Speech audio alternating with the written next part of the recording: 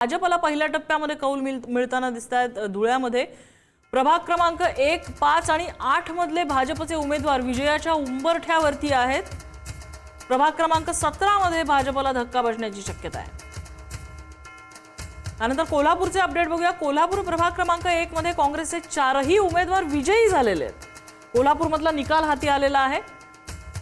सुभाष बुचडे, पुष्पा नरुटे, रुपाली पोवार आणि सचिन चौगुले हे भाजपचे 4ही उमेदवार विजयी झालेले आहेत। कोल्हापूर प्रभाग क्रमांक 1 मधले 4ही उमेदवार काँग्रेसचे विजयी झालेले आहेत। एक भरपूर महापालिका असल्यामुळे पण कोल्हापूरमध्ये सिंगल लार्जेस्ट मध्ये भाजप पुणे काँग्रेसच्या पेक्षा एक लक्ष ठेवण्यासारख्या अनेक गोष्टी आहेत सध्या। येस, नागपूर आणि प्रेडिक्ट पोल मध्ये एक वेगळाच आकडेवारी समोर आलेली होती।